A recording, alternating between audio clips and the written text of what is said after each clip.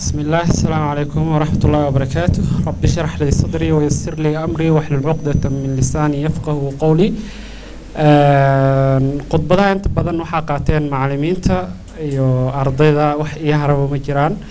waxaan rabaa markii inaan marka hore u mahad celiyo macallimiinta sharafta leh ee qiimaha badan programkan qiimaha badan igala qayb qaatay ee garabka igu siiyay iyo maamulaha guud Ladies College Ustaad Cabdiraxmaan aada u mahad celinayaa. intaas ka bacdi waxaa soo kale u mahad celinayaa ka soo qaybgalayaasha munaasabadan aadka u qaaliga ah ka mid yihiin ardayda iyo martida kaleeto.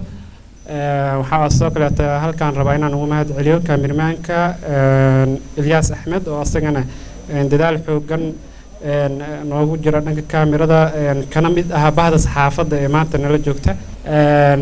intaas ka bacdi waxaan rabaa inaan hambaliyo dhaho guud ahaan ardayda maanta qalin bedelatay kooraska journalism and mass media diblomada maanta qaadanaysa. waxaan idinka rajeynayaa insha Allah sidii aan hore ugu ballanaba inaad dadkiina iyo dalkiina iyo diintiinaba aad uga shaqeysaan xirfadii aad barateen maadaama saxaafadda ay qaybo badan tahay dhinacyo badanna loo adeegsan karo.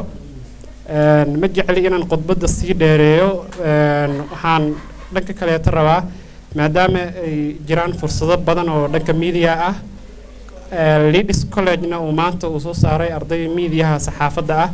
waxaan rabaa inaan halkan fariin u marsiiyo qof walba oo daawanayo kilibkan gaar ahaan TV-da iyo idaacadaha wixii fursad jiro in Ladies College uu diyaar u yahay arday oo tababaran oo halkan ay fadhiyaan maanta anagana aan diyaar u nahay inaan ku caawino TV-yadaas arday runtii aqoontii yaqaano oo runtii ka bixi kara anagana ku kalsoonahay insha Allah. ugu dambeyntii anoo ka faa'iideysanayo mid ka mid ah ardayda qalin jabinaysa gaar ahaan gabadha lagu magacaabo Nasiiro oo ayadana munaasabada kadib la rajeynayo inay wadankii ku laabatana waxaan rabaa inaan halkan ka yiraahdo hambaliyo safar salaama aadaan u mahadsantihiin.